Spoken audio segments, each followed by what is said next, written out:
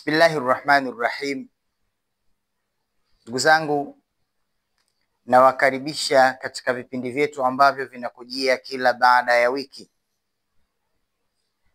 Leo miongoni mwa vitu ambavyo nataka mpate faida kwangu ni kuhusiana na suala la kutoa sadaka. Sadaka, ndugu zangu katika imani, ni neno ambalo linatokana na ukweli.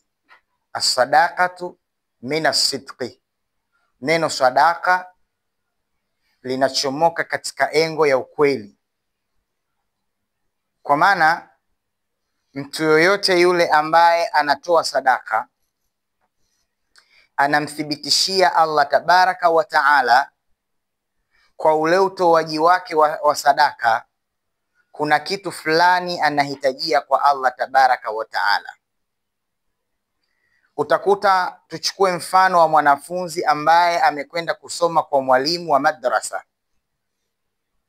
Huyu mwanafunzi anatakiwa alipe ada ya mwisho wa mwezi. Ile ada ya mwisho wa mwezi anayolipa kwa mwalimu inathibitisha kwamba huyu mwanafunzi ni kweli anahitajia elimu, na ndio maana analipa ile pesa ya ada. Lakini Allah tabaraka wa taala pia vile vile anamlipa yule ambaye anathibitisha kwamba yeye kwa ile ibada yake ya kutoa kuna kitu anahitajia kwa Allah. Allah hamwachi bure, anamlipa malipo mengi, kwa sababu Allah tabaraka wa taala kawaida yake kumshukuru kila yule ambaye amemshukuru yeye. Kwa hiyo Allah tabaraka wa taala ukimuonesha kwamba wewe unamhitajia katika utoaji, yeye anakuzidishia kwa kukupa katika utoaji pia vile vile. Siku zote aljazau min jinsi al-amal.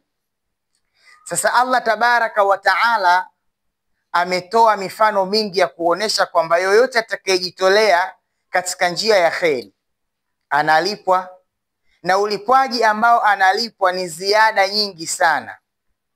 Tumeshuhudia as-salafu salih ambao walikuwa wametoa mali zao kwa njia ya sadaka, wakawa wamepata mafanikio makubwa sana katika Uislamu.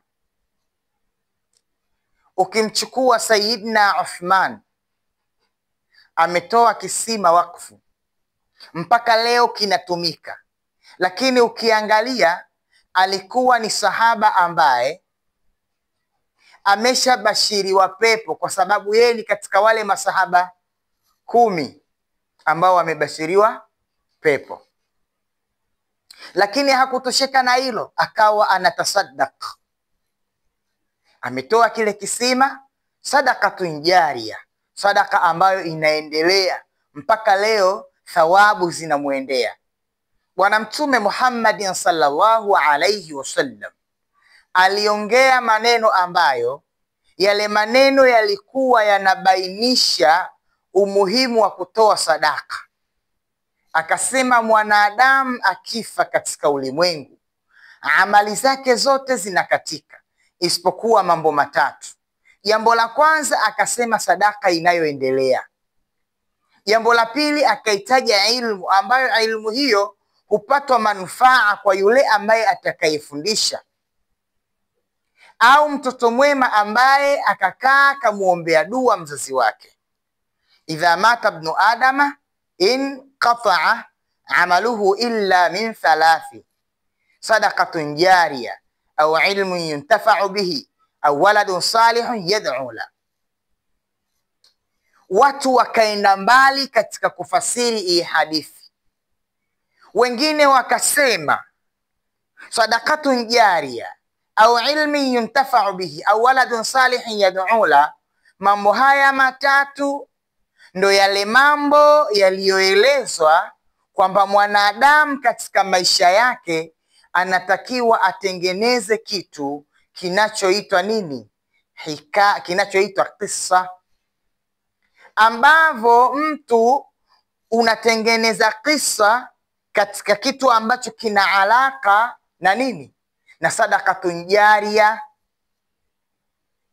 Utakuta hapo unaingia msikiti, utakuta hapo inaingia madrasa, utakuta hapo inaingia elimu, utakuta hapo kila kitu ambacho hata wewe ukafa thawabu unaendelea kupata. Hii ni sadaqatun jaria, na hii ukikifanya kitu hiki kinakwenda kutengeneza athari njema, ambao tunasema hapo umetengeneza kisa. Ndo kitu ambacho kinatakiwa mtu atengeneze kisa, kwa maneno ya Bwana Mtume Muhammadin sallallahu alayhi wasallam, idha mata ibnu adama inqata'a amaluhu illa min thalathi sadaqatun jaria. Watu walioelewa mafundisho wametengeneza visa, hawakutengeneza hikaya. Yawezekana haya maneno na yarudia kwa lengo la kuwafundisha na kuwaelimisha, kwa sababu kanuni inatwambia at-tikraru yuallimu al-himara. Kukirudia kitu baadhi ya nyakati, hata kama punda ni mbishi, kwa kuwa unarudia kumpiga bakora na kumwelekeza, basi anapata elimu ya uelewa kwa kuwa kile kitu umekirudia. Kadhalika na mwanadamu, yawezekana kitu hayuko makini kukisikiliza, lakini kwa kuwa anakisikia mara kwa mara, kinakaa na kinampa faida. Tengeneza kisa, usitengeneze hikaya. Kisa ni kitu ambacho kimeeleza katika Qur'an. Awwalu qasin huwa Allah subhanahu wa ta'ala. Wa kwanza kusimulia visa ni Allah tabaraka wa ta'ala. Wa kullan naqussu alayka min anba'i rusul ma nuthabbitu bihi fuadaka. Bwana Mtume alikuwa ataka kuthibitishwa na Allah tabaraka wa ta'ala. Yani Allah alivyotaka kumthibitisha katika dini, alimwambia hivi visa tunavyokusimulia, lengo kukuthibitisha katika imani. Ndio maana tunakueleza kwamba mtume fulani alikutana na kadhia kadhaa. Usione wewe ndo wa kwanza kukutana na haya mashakil na haya majanga na muawiqat hizi za da'wa.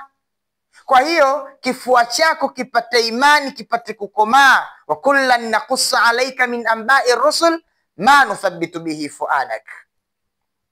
Kawaida ya mwanadamu, hata kama akawa na pawa ya utume, hata kama akawa yeye ni nani, mapungufu kwake ni lazima. Ibrahim, Sayyidina Ibrahim ni Khalilullah, lakini siku moja alionyesha maajabu makubwa sana mbele ya Allah tabaraka wa taala.